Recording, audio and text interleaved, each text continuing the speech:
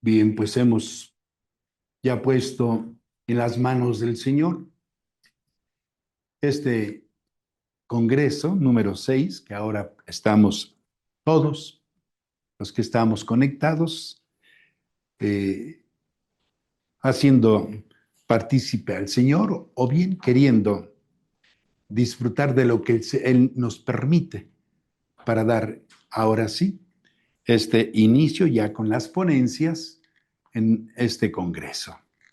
Y quiero decirles, pues que ahora vamos a escuchar la primera ponencia y que nos la impartirá el padre Miguel Arturo Mendoza López de la Arquidiócesis de Guadalajara.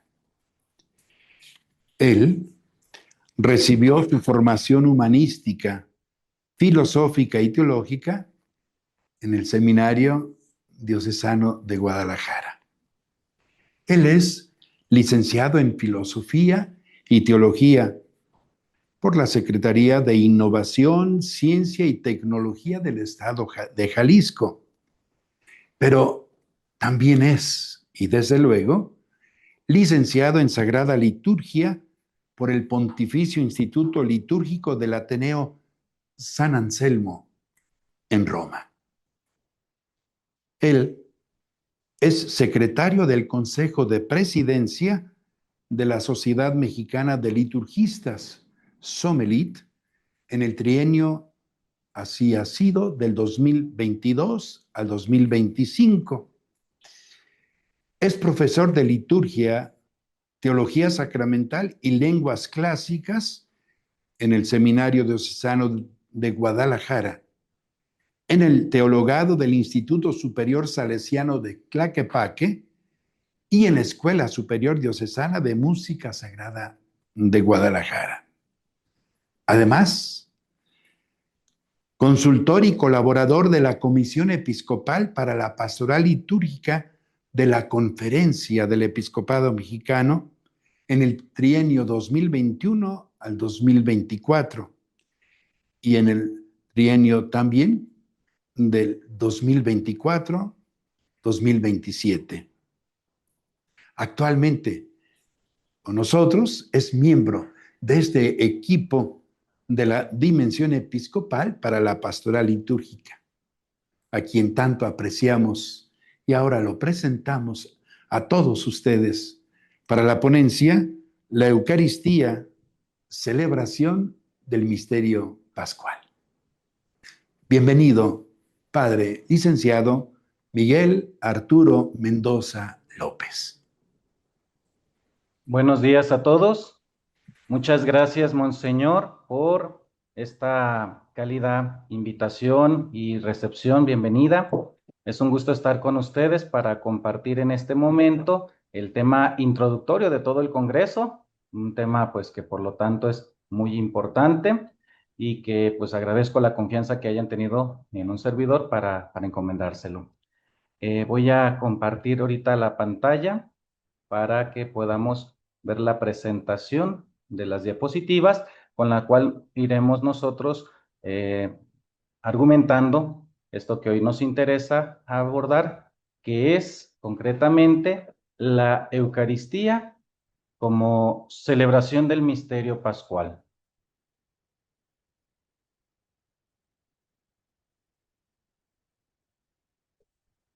Comienzo hablando pues de lo que es el misterio pascual de Jesucristo en el culto cristiano, que es pues propiamente aquello que el memorial se encargará de hacer presente durante la celebración de la Eucaristía.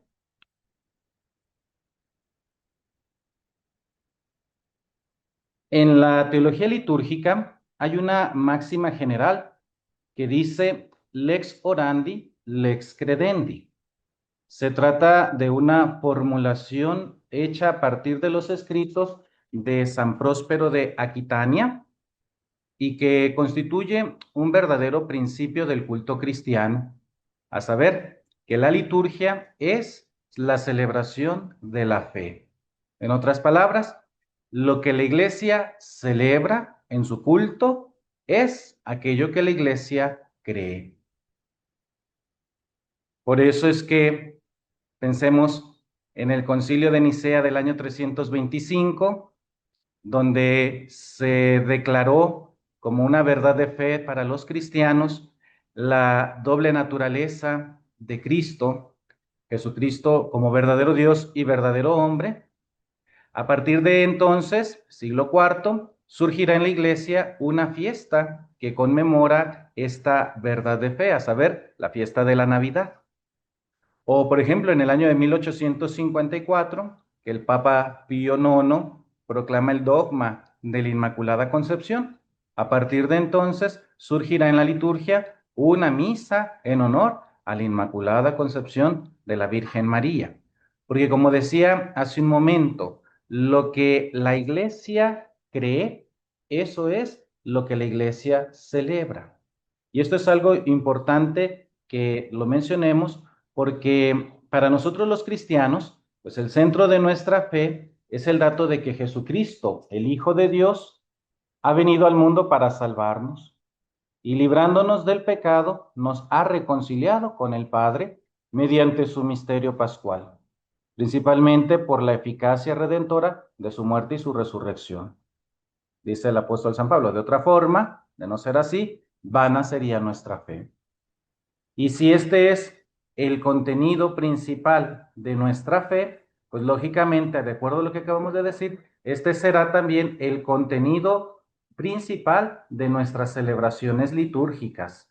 Por eso es que nosotros podemos encontrar en los simbolismos de los prefacios de las misas de el tiempo pascual lo siguiente. En el primer prefacio, por ejemplo, encontramos, porque Él es el verdadero Cordero que quitó el pecado del mundo. Muriendo destruyó nuestra muerte y resucitando restauró la vida. ¿Qué estamos ahí proclamando? Que Jesucristo, muriendo y resucitando, borró los pecados de todo el mundo. Por mundo entendamos, no el planeta como una algo de un poco de tierra que está flotando en el universo, sino la totalidad de la humanidad. Por él, dice el prefacio segundo en su embolismo, los hijos de la luz nacen a la vida eterna, y las puertas del reino de los cielos han vuelto a abrirse para los que creen en él, ya que en su muerte fue redimida nuestra muerte, y en su gloriosa resurrección resucitó la vida de todos. Ahí tenemos subrayados precisamente cómo el misterio pascual de Jesucristo consiste en su muerte y su resurrección, que nos ha no solo perdonado los pecados, como decía el embolismo del prefacio anterior, sino que nos da vida eterna. El tercer embolismo que ahí tenemos es el del prefacio cuarto.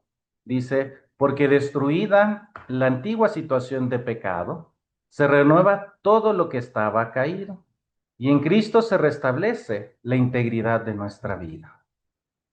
Es lo mismo que veníamos mencionando. Y el quinto prefacio, porque Él con la oblación de su cuerpo en la cruz llevó a plenitud los sacrificios de la antigua alianza. Y al entregarse a ti por nuestra salvación, se entiende que estamos hablándole al Padre, quiso ser al mismo tiempo sacerdote, víctima y altar. ¿Qué vemos aquí, hermanos? Pues que el contenido central de nuestra fe como cristianos es el misterio pascual de Jesucristo. Y eso es lo que nosotros celebramos, eso es lo que nosotros en cada Eucaristía tenemos presente. Además de que a lo mejor en alguna ocasión celebramos algún dogma mariano o alguna forma de santidad concreta en algún apóstol, en algún mártir, en alguna virgen, o a lo mejor estamos celebrando algún evento especial para la comunidad, como pudiera ser el matrimonio de algunos de sus hijos, o como pudiera ser a lo mejor la recepción de sacramentos de iniciación cristiana. Pues así, junto a todo cualquier otra celebración que podamos nosotros tener, está como punto medular el misterio pascual de Jesucristo. Pero algo que ahorita quiero yo destacar es lo que dice el embolismo del prefacio tercero. Quizás habrán dicho, ¿por qué se brincó el tercero? Mencionó el embolismo del prefacio 1, del 2, luego del 4, del 5. ¿Por qué el tercero no lo puso? Porque es el que ahorita me interesa que nosotros tomemos en consideración para esta reflexión de la Eucaristía como memorial del misterio pascual de Jesucristo. Nos dice el embolismo del prefacio tercero de Pascua, porque no deja de ofrecerse por nosotros y nos defiende ante ti con perenne intercesión. El que inmolado en la cruz ya no muere, porque sacrificado vive para siempre. ¿Qué tenemos ahí subrayado? No deja de ofrecerse por nosotros. Está diciendo que lo que Jesucristo hizo en su misterio pascual no quedó en el pasado, no sucedió y ya. Habla ahí en un presente, no deja de ofrecerse por nosotros, continúa haciéndolo. ¿Cómo? ¿De qué manera? Eso es lo que precisamente vamos nosotros a profundizar. El evento salvador que comporta el misterio pascual de Cristo no es entonces un acontecimiento del pasado, sino que es un acontecer permanente. Recordemos que Dios, como dice allí en la diapositiva, es un ser eterno, algo que ya se deja entrever en aquel nombre que le reveló a Moisés cuando se le manifestó en la zarza ardiente, que ardía mas no se consumía, y que fue el momento cuando Moisés recibió la misión de ir a Egipto para liberar a los israelitas que estaban esclavizados. Moisés le dice a Dios, y cuando me preguntan quién me envía, ¿qué les diré? Y Dios le dice, les responderás, Yahvé me envía. Yahvé me envía. Ese es el verbo ser en un tiempo que nosotros podemos considerar o llamar presente, pero no un presente que puede pasar, sino un presente perenne. Algo así como lo que diríamos nosotros en las lenguas modernas, un presente continuo. O sea, no es que Dios es ahorita y después ya fue. No, Dios es siempre. Dios es siempre. Entonces, en ese yo soy de Dios que le reveló a Moisés, podemos nosotros ya ver, como les decía, la eternidad de Dios. Dios no está sometido al tiempo. Para Él no hay pasado, presente y futuro, ya que, pues atendiendo a la formulación de la física aristotélico-tomista, el tiempo es la medición del movimiento según un antes y un después, pero sin Dios no puede haber un antes y un después, porque todo es presente, entonces Dios no está sometido al tiempo, Él es eterno. Dios, siendo de naturaleza espiritual y no material, pues no tiene cambios. No podemos decir, antes era así, ahora es así. No. Dios, al no tener cambios, entonces, escapa al tiempo, porque dijimos, el tiempo es la medición del antes y del después. Además, Dios siendo perfecto en su identidad entre su esencia y su existencia, pues tampoco es que vaya a tener algún cambio o movimiento en su ser mismo. Por lo tanto, Dios escapa del tiempo, es un ser eterno. Siendo así, todos los eventos entonces en los que Dios se ve involucrado permanecen vigentes en su eternidad. No pasan, no se convierten para Dios en eventos del pasado. Somos nosotros los que, por nuestra temporalidad, nosotros sí sometidos al tiempo, somos nosotros los que sí los vemos como eventos del pasado. Hace 2000 años, poco menos de 2000 años, Jesús murió y resucitó. Nosotros así los vemos como eventos del pasado. Pero para Dios son eventos siempre actuales, siempre presentes. Ahora la pregunta que nos hacemos entonces es, ¿cómo podemos acceder a un evento salvífico años, siglos o incluso milenios después para participar de él. ¿Cómo le podemos hacer? Si para nosotros son eventos del pasado, cosas que sucedieron, ¿cómo podemos entrar en esa temporalidad, en esa eternidad de Dios para poder vivirlos, para poder beneficiarnos de ellos? Y la respuesta está en la categoría bíblica del memorial, el cual consiste en la actualización del evento mediante una anámnesis, dice allí, o recuerdo sacramental del evento salvífico durante su celebración sucesiva. Explico. Si el evento muerte y resurrección de Jesús, que es el evento central del misterio pascual, en el cual nosotros decimos somos salvados, y que es el centro de nuestra fe cristiana, si ese evento es siempre presente para Dios, más para nosotros pasado, a través de esta categoría que vemos ahí llamada memorial, podemos penetrar en el eterno presente de Dios y hacernos contemporáneos a ese acontecimiento mediante una anámnesis, un recuerdo sacramental del evento en su celebración sucesiva. Y atención, que hemos dicho actualización del evento, no repetirlo, porque eso es algo que ya no iría en congruencia con nuestro discurso, en el sentido de que, en nuestro discurso cristiano, en el sentido de que, pues si no fue suficiente que Cristo hubiera muerto y resucitado una vez, sino que tiene que estar muriendo y resucitando, pues entonces caemos en aquello que ya el autor de la carta a los Hebreos mencionaba, de que pues eran sacerdocios caducos los de los hombres, sus sacrificios eran solamente momentáneos, provisionales, pero esto no es congruente entonces con la misma esencia de Dios, donde todas sus acciones son eternas y siempre válidas. Entonces, hablamos aquí de una actualización, no de una repetición. Y es un actualizar no al modo de traer al presente, porque también podríamos pensar, un acontecimiento del pasado que lo traigo al presente. No, es que esos son eventos siempre presentes en Dios. Más bien soy yo el que entro en el eterno presente de Dios a través del memorial y me hago contemporáneo. En este caso, pues del misterio pascual de Jesucristo. Participo de ese evento siempre actual en el eterno presente de Dios. Y así me beneficio de sus frutos salvíficos.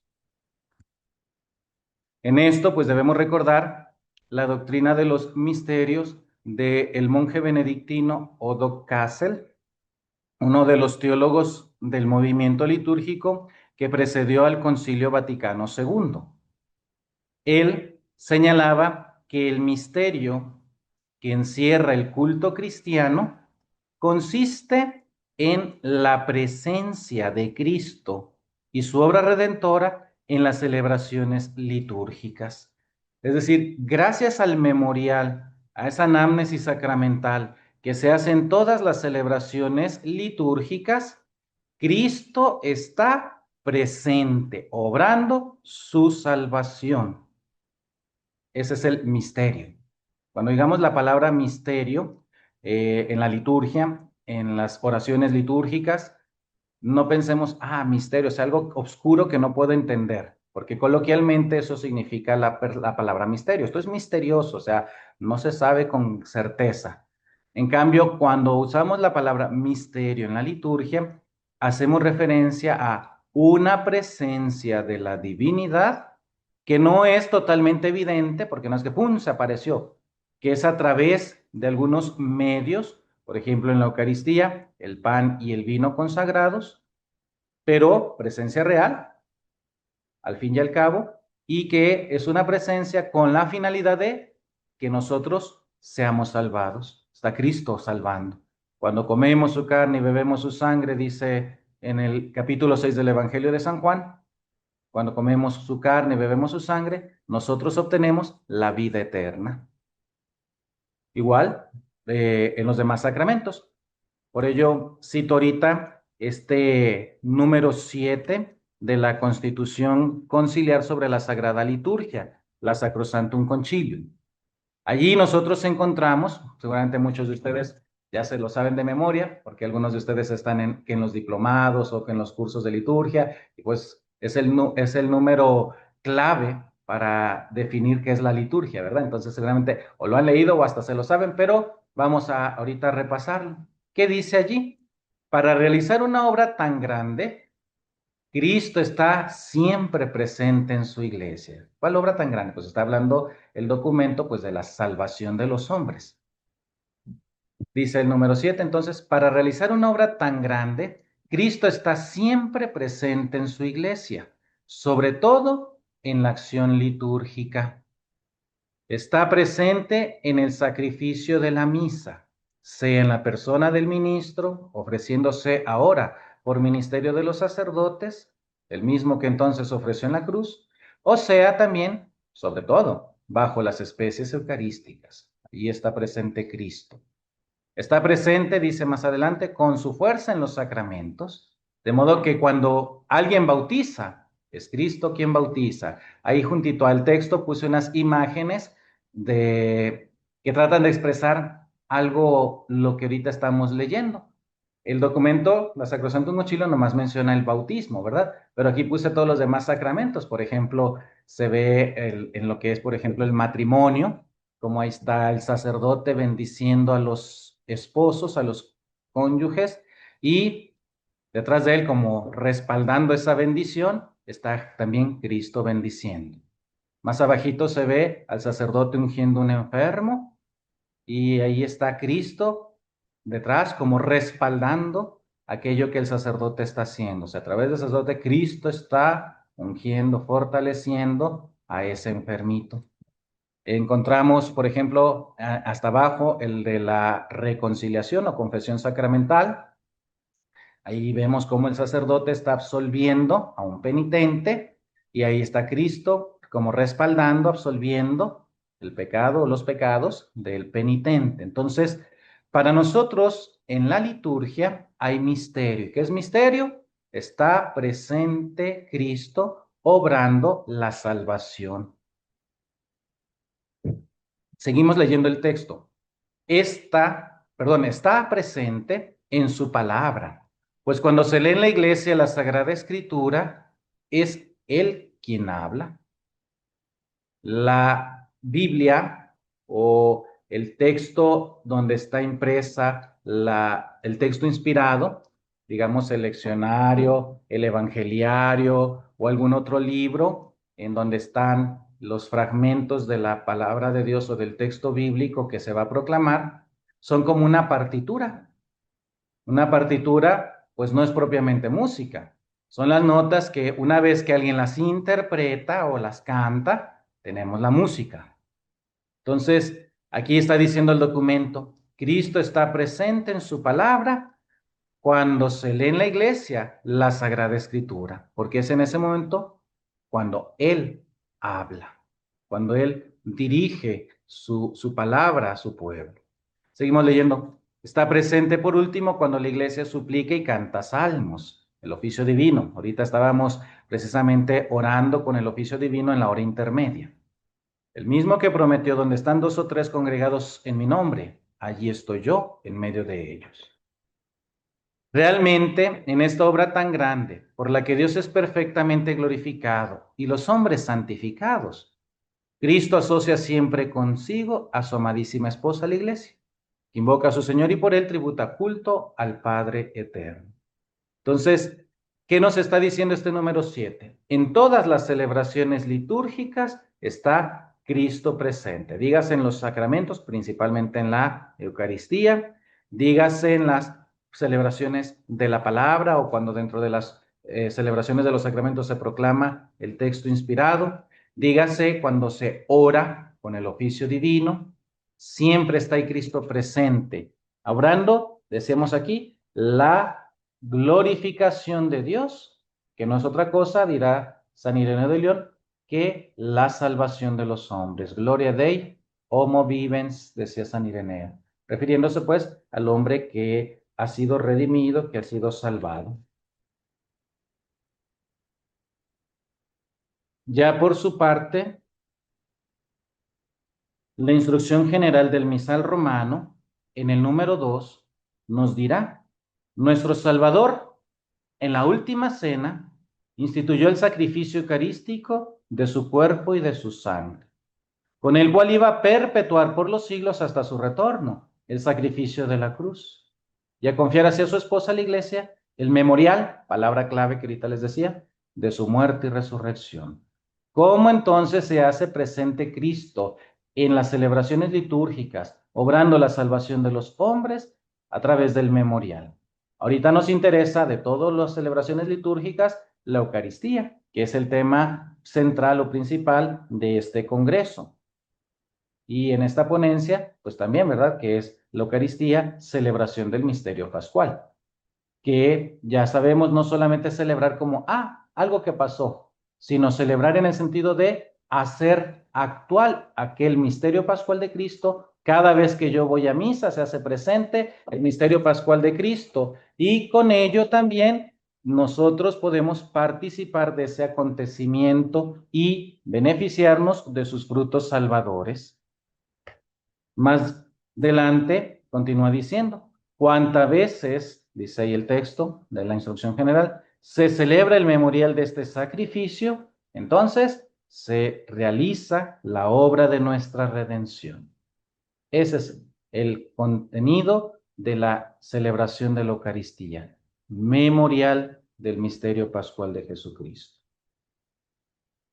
Aquí pasamos pues a un segundo punto, que es el misterio pascual de Jesucristo en el culto cristiano, en el sentido que la Eucaristía será entonces ese memorial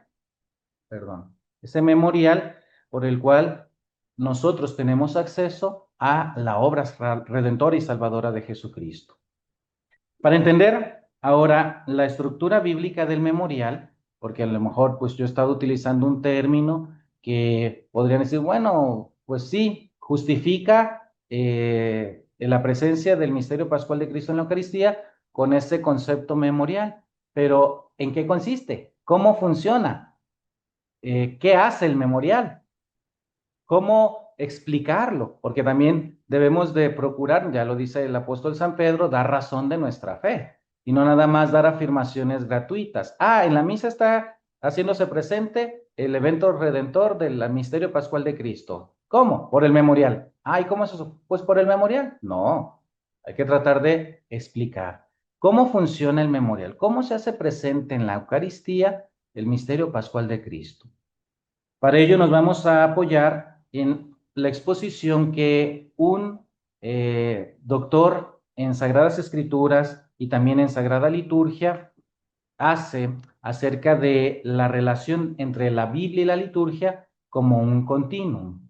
Se trata de un sacerdote italiano que fue maestro de un servidor allá en Roma, y de la gran mayoría de los que ahorita estamos sirviendo pues en esto de la ciencia litúrgica aquí en México. Se llama Renato de San. Él comienza comentando el texto de Hebreos, capítulo 4, versículo 12, en donde nosotros leemos esto que está en la imagen. La palabra de Dios es viva y eficaz. Seguramente nosotros lo hemos escuchado en más de alguna ocasión ese texto.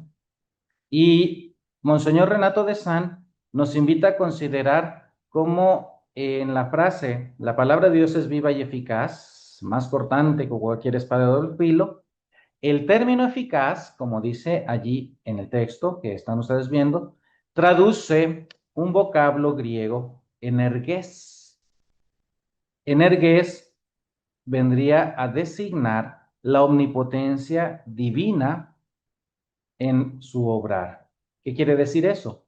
Que la palabra de Dios es eficaz ya que obra la realidad de lo que pronuncia. Siempre sucede lo que la palabra de Dios expresa. Ahí, por ejemplo, dice confrontar Génesis 1. ¿Qué encontramos en Génesis 1? El relato de la creación. En el relato de la creación, nosotros encontramos que nos dicen, independientemente pues de que se trate de una teología más que de una crónica histórica, ahí se nos dice que dijo Dios, haya luz. ¿Y qué pasó? hubo luz. Dijo Dios que haya plantas. ¿Y qué pasó? Hubo plantas. Dijo Dios que haya peces, mamíferos, aves. ¿Y qué pasó? Hubo peces, mamíferos, aves. Lo que Dios decía, sucedía.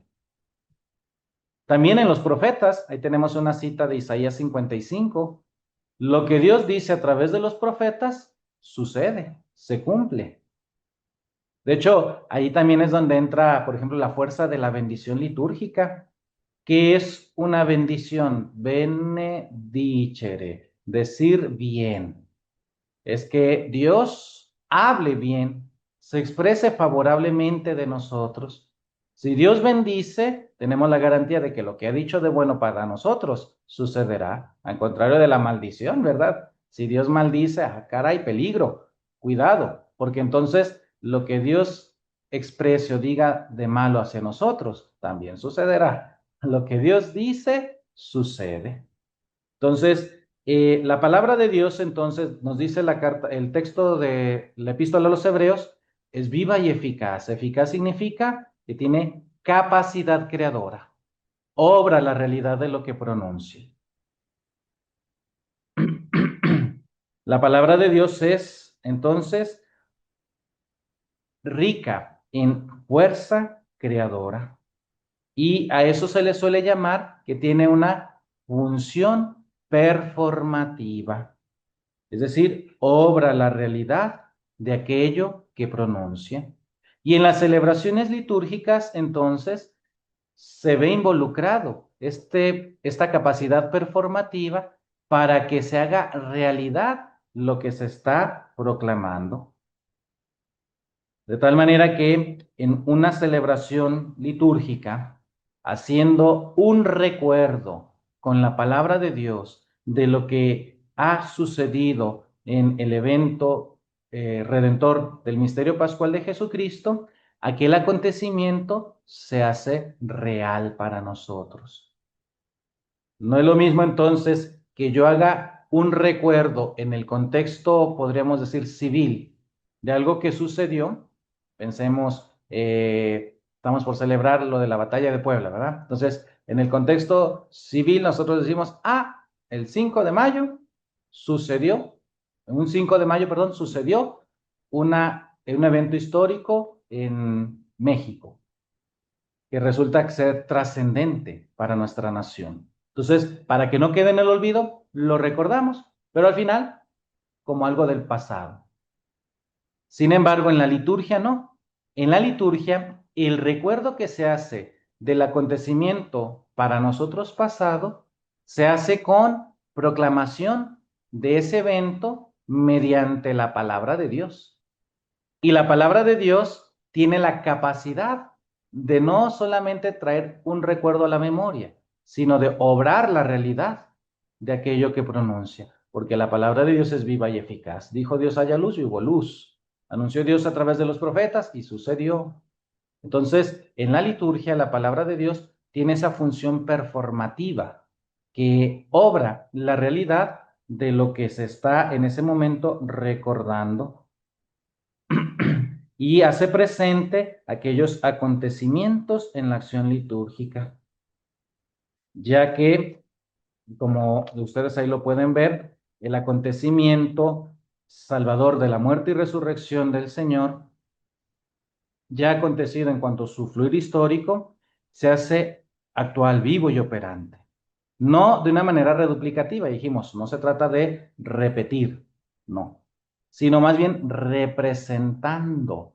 Y cuidado con esta palabra que pudiéramos en el lenguaje coloquial utilizar, por ejemplo, en una obra de teatro, un actor que representa algo que no es, alguien que no es.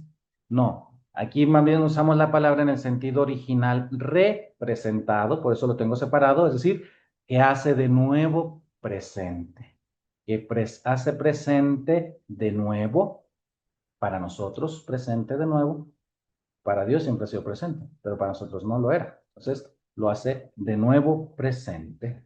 Y por eso es que la iglesia nunca ha dejado de reunirse para celebrar el misterio pascual. Dice la Sacrosanctum Concilium en el número 6, leyendo cuanto a él se refiere en toda la escritura. Por eso es que en la misa y en cualquier celebración litúrgica no puede faltar la proclamación de la palabra de Dios, concretamente del Evangelio, que es donde se hace el recuerdo memorial de lo que Jesús hizo para salvarnos, de su misterio pascual, para que así se haga presente. Por eso continúa el texto, celebrando la Eucaristía en la cual se hacen de nuevo presentes la victoria y el triunfo de su muerte. La acción litúrgica, entonces, en la que está siempre presente la palabra hecha celebración anamnética, la palabra que al principio mencionamos, anamnesis, ofrece al bautizado la posibilidad de superar los límites del tiempo mortal y entrar en el presente absoluto de Dios, que es la finalidad del objeto del memorial. A esto es a lo que técnicamente se le suele llamar la sacramentalidad de la palabra. La palabra se hace sacramento, se hace medio a través del cual Dios se hace presente y obra la salvación de los hombres. Esto de la sacramentalidad de la palabra y lo que antes decía del carácter performativo de la palabra de Dios es un tema que ahonda el Papa Benedicto XVI en aquella exhortación apostólica postsinodal Verbum Domini, en donde habla de la relación entre la palabra de Dios y la liturgia. Y ahí menciona pues este aspecto de que no puede haber celebración litúrgica sin palabra de Dios, porque es al final ella la que se va a encargar de que nuestra reunión no solamente sea una reunión de convivencia, sino verdadera reunión de encuentro con el Dios Salvador. Pero bueno, para nosotros continuar explicando cómo funciona el memorial, entonces vamos a partir de la experiencia veterotestamentaria de la Pascua judía, aquella que encontramos en Éxodo 12, que nos narra cómo una vez que Moisés estuvo intentando y Faraón se negaba a dejar salir a los israelitas, Dios manda al ángel exterminador para tomar la vida de los primogénitos. ¿Se acuerdan ustedes de ese pasaje? Seguramente. Y para que, sin embargo, no se vieran afectados los primogénitos de los israelitas, manda hacer un sacrificio de un cordero con determinadas características y con la sangre de ese animalito han de untar el dintel de las puertas. De tal manera que cuando el ángel exterminador que vaya por las calles de Egipto vea esa sangre en el dintel de la puerta, no entre, pase de largo. Esa es la experiencia veterotestamentaria del Antiguo Testamento y que nos va a servir para entender la Pascua de Cristo en el Nuevo Testamento desde esta óptica del memorial. ¿Qué sucedió en el Antiguo Testamento? Hubo un evento originario salvífico. ¿Cuál fue ese evento salvífico? La Pascua de Yahvé. Dios que pasa a través del ángel exterminador por las calles de Egipto tomando la vida de los primogénitos.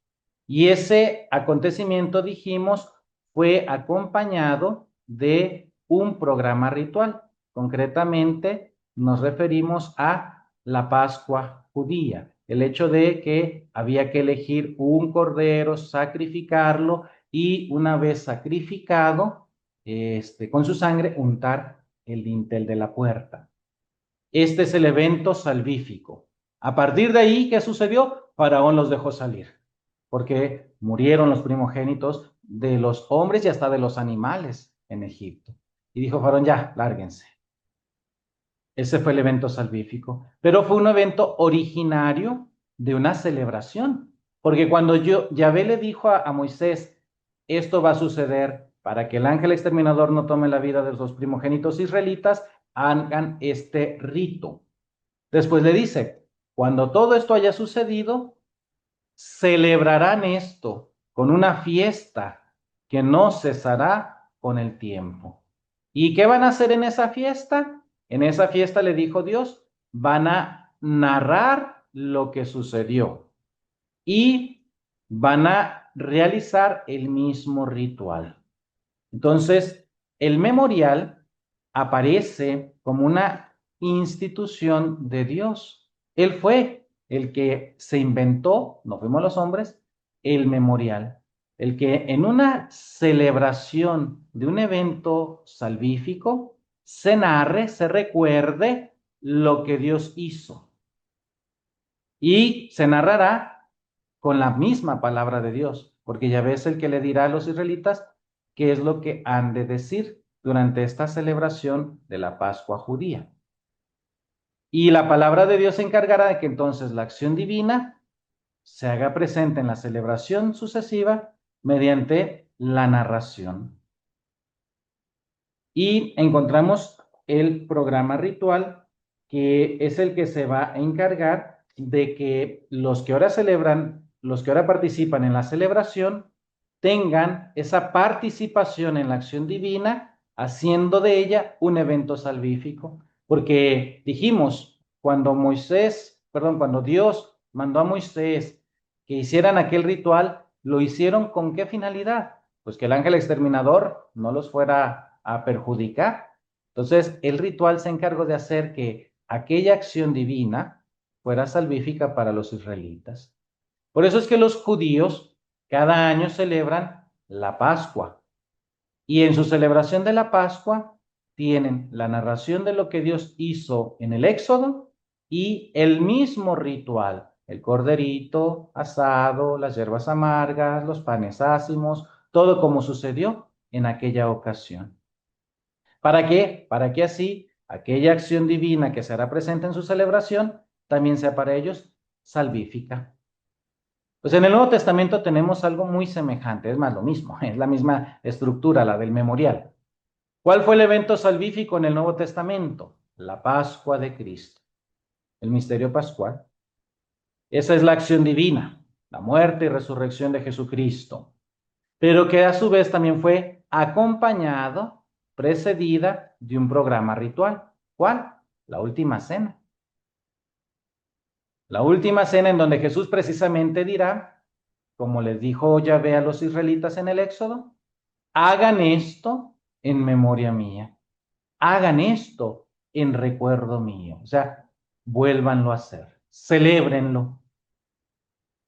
Y ahí es donde se inaugura una celebración de la Pascua de Cristo, en la cual también habrá una narración de la acción divina cada vez que vamos a misa en el Evangelio, porque aunque todos los textos bíblicos que se lean son venerables por ser textos inspirados, uno en realidad es aquí lo importante, que es el Evangelio, que es al fin y al cabo el que nos narra lo que Dios hizo por nosotros en la persona de Jesucristo.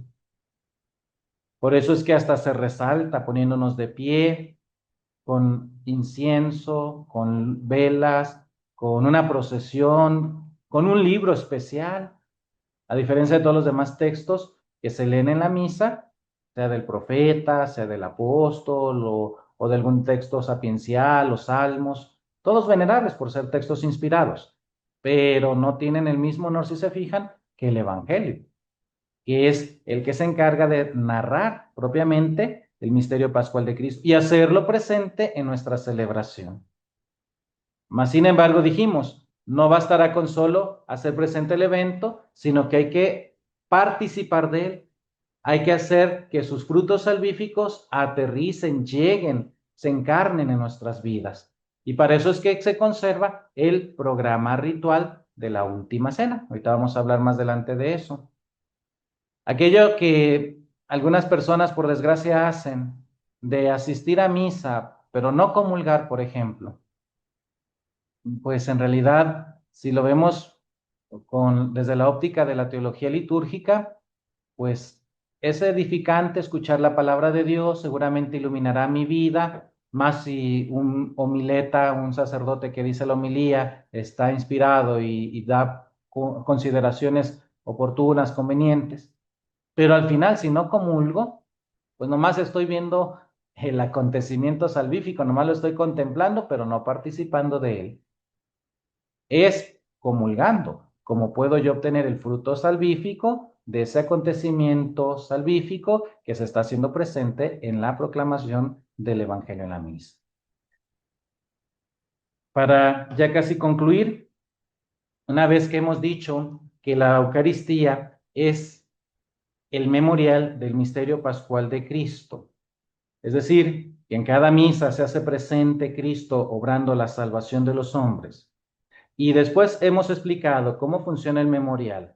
Esto es, gracias a la palabra de Dios que se hace sacramento, que tiene una fuerza performativa y que obra la realidad de lo que pronuncia. De la importancia de que en todas las celebraciones litúrgicas, particularmente ahora que nos interesa la misa, haya siempre proclamación de la palabra de Dios y de entre todo, concretamente, el Evangelio. Por eso es que incluso el directorio para las misas con niños dice que si por motivos pastorales, porque a veces los niños no pudieran aguantar una celebración muy extensa, se viera la necesidad de suprimir algunas lecturas, dice ahí, se puede hacer, pero nunca se suprime el Evangelio. Ya entendemos por qué. Porque el Evangelio es el recuerdo anamnético, el que hace memorial y por lo tanto presencia de Cristo obrando la salvación.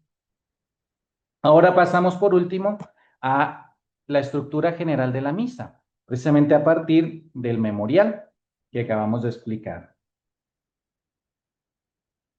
Si, según la instrucción general del misal romano, en el número 27, la Eucaristía es memorial del misterio pascual, pues entonces hemos de entender que en la misa, pues vamos a encontrar la estructura del memorial dando estructura a nuestra celebración. Concretamente, nosotros encontramos que la misa, pues es la celebración sucesiva del evento salvífico misterio pascual. Y hace rato yo les decía, el misterio pascual de Cristo consistió en su muerte y resurrección, aunque no solo en su muerte y resurrección, toda su dispensación se dice, es decir, todos los misterios que van en torno a la persona de Cristo, su encarnación, su ministerio, su vida pública, también la ascensión, la parucía, todo forma parte de lo que nosotros llamamos Pascua de Cristo, pero pues de manera muy particular, su muerte y su resurrección, que es la acción divina que nos ha salvado. En su muerte, dice el prefacio que citábamos al inicio, murió nuestra muerte. Y en su gloriosa resurrección, resucitó la vida de todos. Entonces, la acción divina propiamente la encontramos como la Pascua de Cristo, que fue precedida de un programa ritual en la última cena. ¿Qué nos dicen los evangelios sinópticos y San Pablo en su carta a los Corintios que hizo Cristo durante la última cena? Tomó pan y vino, dio gracias, partió el pan y los dio a sus discípulos. Son 4 verbos: tomó, dio, partió y repartió, que van a ser los que den forma a la llamada liturgia eucarística, que es lo que correspondería al programa ritual dentro de la misa. La primera parte de nuestra misa, de nuestra Eucaristía, corresponderá entonces a la narración de la acción divina. ¿Qué estamos celebrando? Entonces aparece una liturgia de la palabra con la proclamación del Evangelio y acto seguido el programa ritual de la última cena, en donde tomó pan y vino, van a dar lugar a un rito llamado presentación de los dones, donde el sacerdote toma el pan, donde el sacerdote toma el vino, como Cristo lo hizo en la última cena. Dio gracias, la plegaria eucarística, que precisamente inicia con un prefacio invitándonos a dar gracias. Demos gracias al Señor nuestro Dios. Es justo y necesario. En verdad es justo y necesario. Es nuestro deber y salvación darte gracias siempre y en todo lugar. Luego Jesús partió el pan. En la misa tenemos la fracción del pan.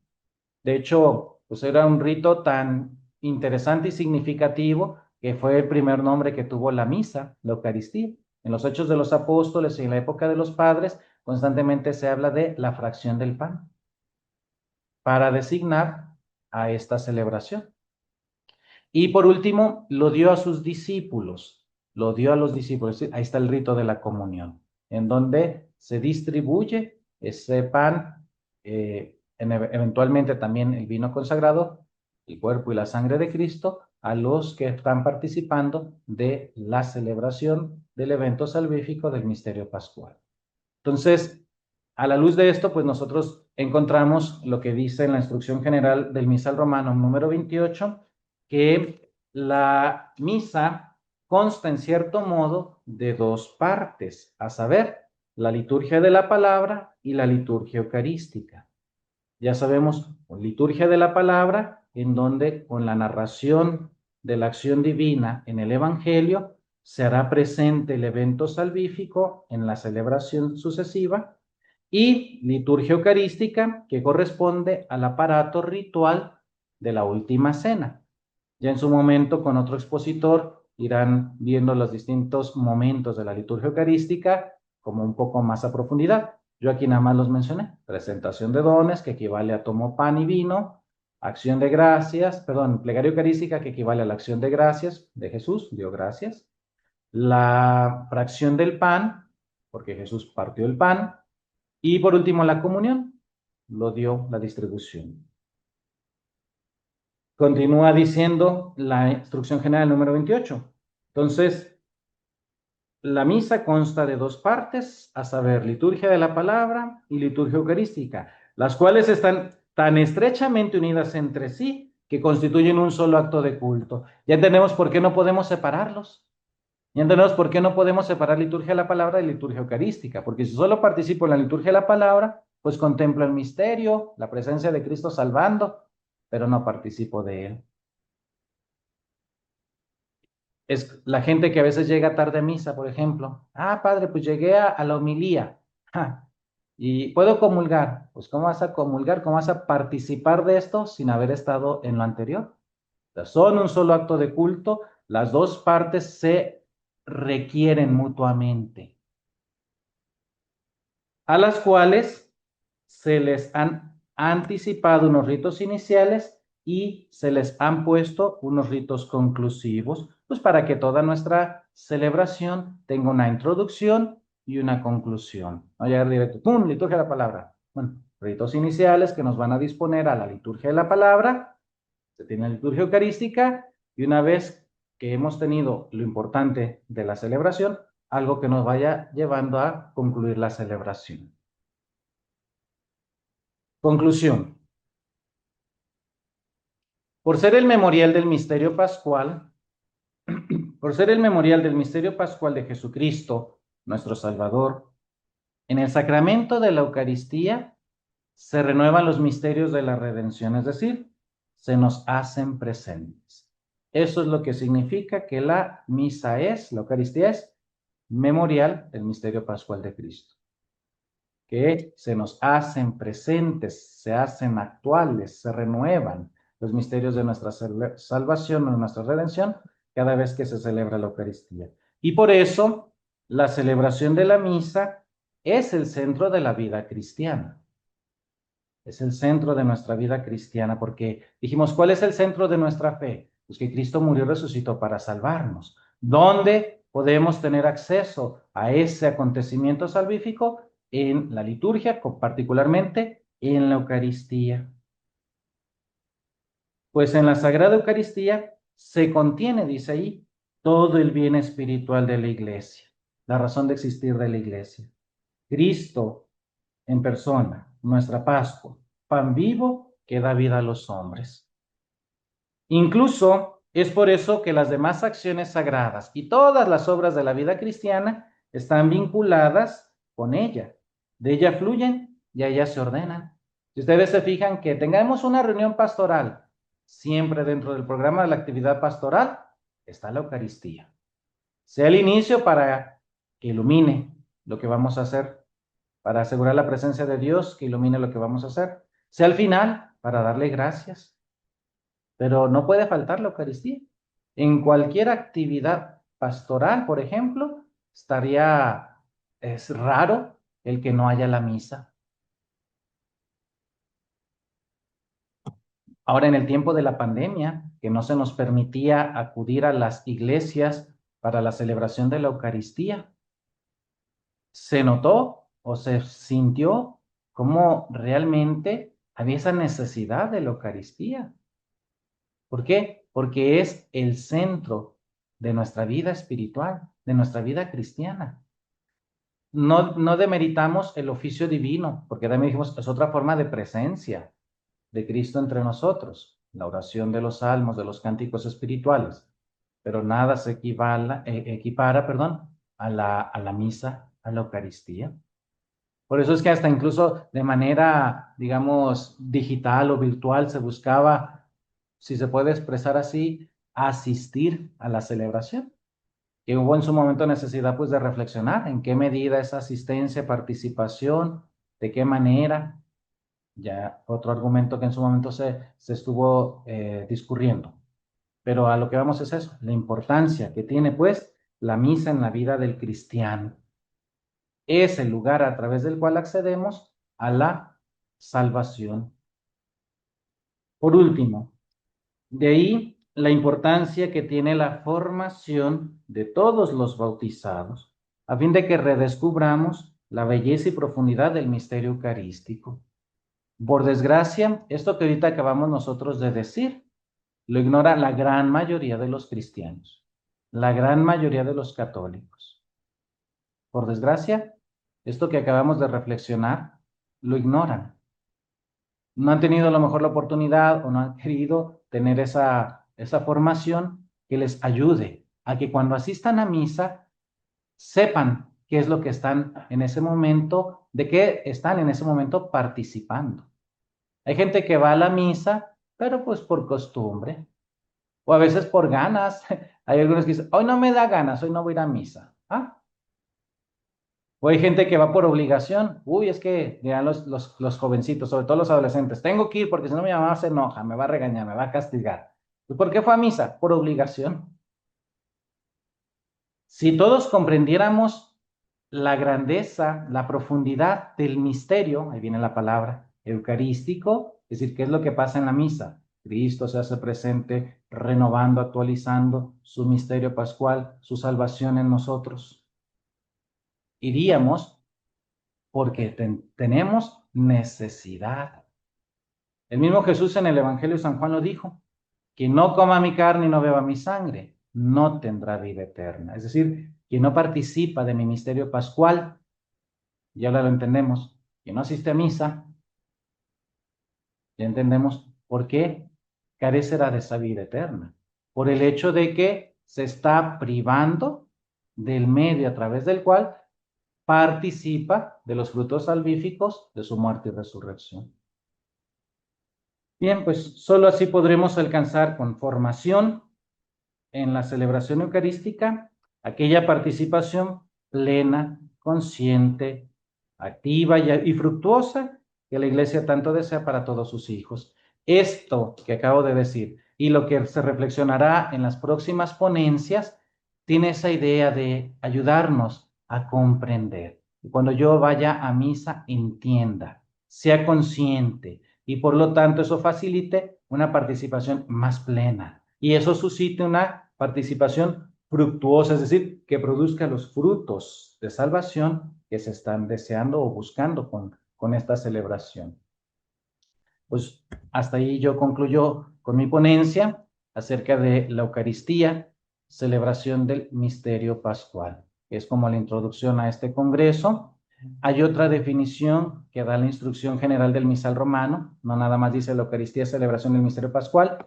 Hay otra definición que da la Eucaristía, sacrificio de la nueva alianza, que ustedes tendrán oportunidad más de adelante reflexionar con otro ponente, Padre Francisco, que es de la Arquidiócesis de San Luis Potosí.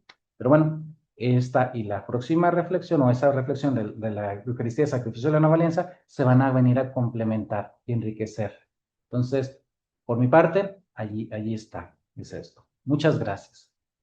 Muchísimas gracias, Padre Miguel, por esta ponencia tan iluminadora que creo que nos va a ayudar mucho para poder tener una participación más plena y consciente, como nos lo pide la Iglesia en Sacrosanctum Concilium, que es precisamente el documento de donde tomamos la cita del tema general de este sexto Congreso de Equipos Parroquiales de Liturgia.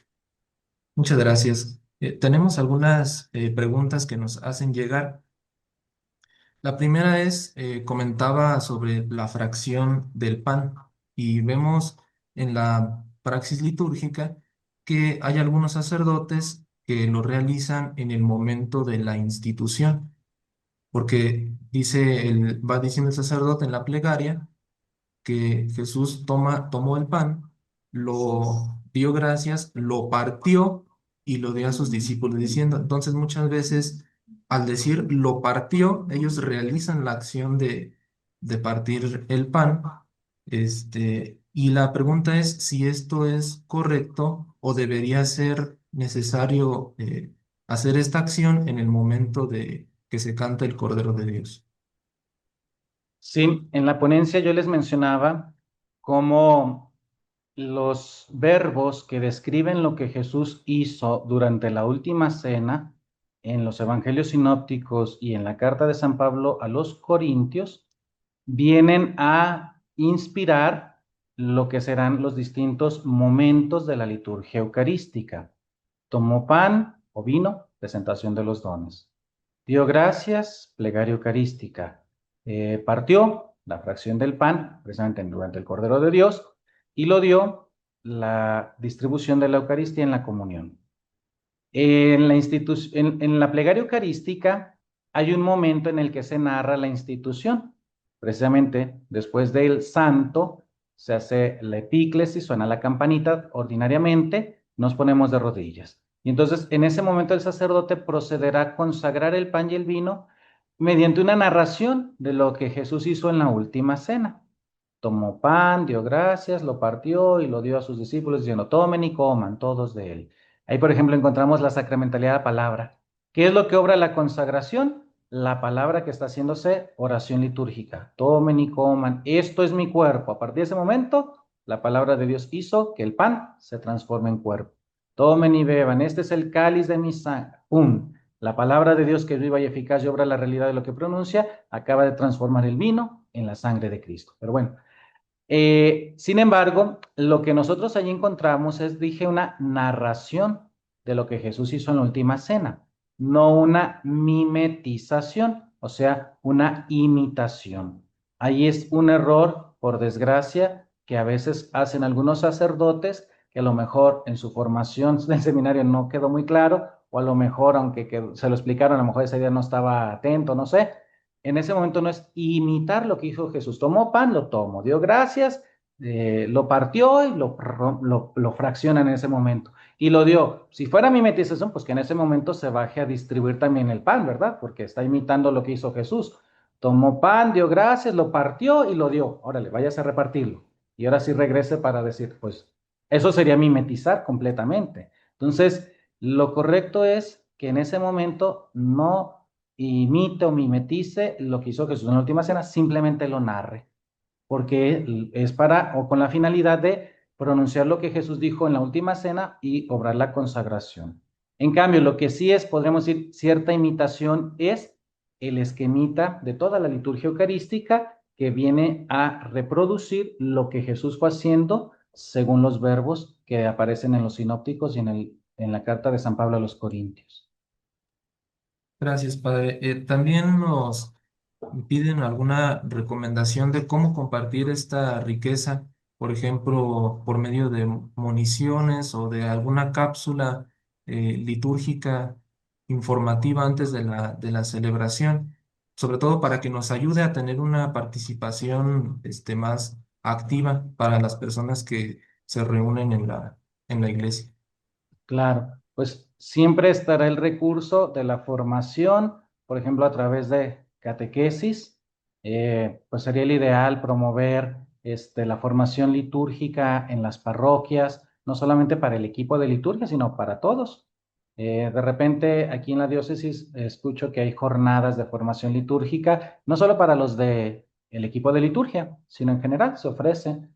Se supondría que en la catequesis, según los distintos niveles, infantil, adolescentes, jóvenes, se debería de ofrecer este tipo de iluminación, atendiendo pues al nivel de cada grupo de personas, ¿verdad? A los niños no les vamos a hablar a lo mejor con términos tan técnicos como los que usamos aquí, que por cierto, sí lo pensé, dije, ¿usaré términos técnicos? Y dije, sí, ¿por qué no? Porque ya es gente grande que pues conviene ofrecerles cositas sólidas, que vayan aprendiendo términos especiales técnicos, ¿verdad? Pero a lo mejor a los niños no sería conveniente, ¿verdad? Según su nivel, estarles ofreciendo en su catequesis infantil o en la formación de los grupos de adolescentes, jóvenes, bueno. También, pues, existe el recurso de la homilía mistagógica. El directorio homilético menciona de que los sacerdotes, pues sí, ordinariamente iluminan la realidad de las personas con el texto bíblico que ha sido proclamado en las lecturas de la misa. Pero también da la posibilidad de que en ocasiones en la homilía se haga mistagogía de las celebraciones. Es decir, que se expliquen los misterios, ya entendemos la palabra misterios, todos esos signos, gestos, ritos a través de los cuales Dios se hace presente obrando la salvación. También, ahorita mencionaban ustedes mismos, las moniciones, por ejemplo, en el ritual de la confirmación, ese ritual ya trae las moniciones para cada uno de los momentos. En este momento el señor obispo va a decir esta oración, en este momento el señor obispo va a imponer las manos y ahí explica para qué o por qué. Y pues también las cápsulas litúrgicas que ahorita mencionaban al inicio de una misa, por ejemplo, o al final de una misa, si a lo mejor el sacerdote, aquí mi señor cura, el de la parroquia donde estoy, acostumbra, hace una homilía breve, pero al final de la misa siempre hace alguna breve cápsula, no solo de liturgia, sino de varias cosas, y algo como sea, como una especie de microformación. Pues pudiera ser, ¿por qué no? ¿Por qué no? Muchísimas gracias, padre. Le vamos a entregar a un reconocimiento de manera virtual. Pues muchísimas gracias por esta riqueza compartida. Gracias por introducirnos en este misterio y sobre todo también el haber mostrado esa unidad que debe haber entre la liturgia de la palabra y la liturgia eucarística, que ciertamente hay esos ritos iniciales que nos van introduciendo o nos van preparando a participar a esas dos grandes mesas. Pues gracias de corazón por esta riqueza compartida y la dimensión episcopal para la pastoral litúrgica expresa su más profundo agradecimiento y otorga el presente reconocimiento al presbítero licenciado Miguel Arturo Mendoza López en mérito a su participación como ponente con la conferencia La Eucaristía, celebración del misterio pascual, presentada en el marco del Sexto Congreso Nacional de Equipos Parroquiales de Liturgia, celebrando de manera virtual del 4 al 6 de mayo del 2026. Pues virtualmente te enviamos un aplauso o te damos un aplauso y un abrazo. Muchísimas gracias, Padre, y pues estás con nosotros también aquí, continúas con nosotros apoyándonos. Gracias, Padre Miguel. Con mucho gusto. Gracias a todos ustedes.